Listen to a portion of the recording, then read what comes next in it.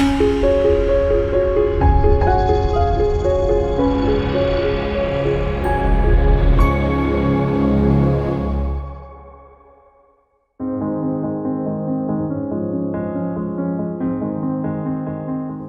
a nutshell, the book of Judges is about the grace of God.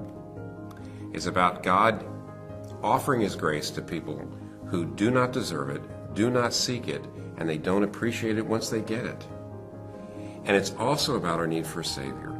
That in spite of all the ways in which God forgives, God helps, God delivers, God sends the people of God good leaders, in the end, nothing can overcome their tendency to selfishness, to pride, and to rebellion.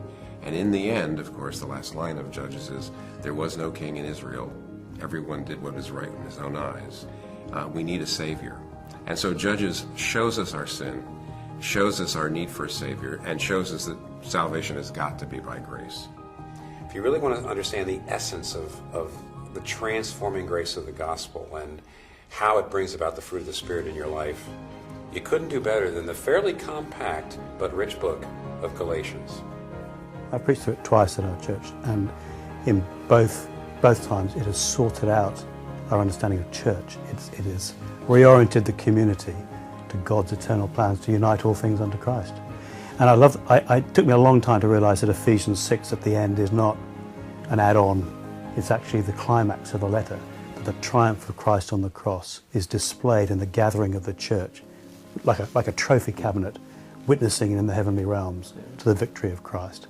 And I think when we understand that spiritual warfare is not something weird, but hanging on to gospel convictions in the church, in the unity of the church, we proclaim the victory of Christ. It's a wonderful thing.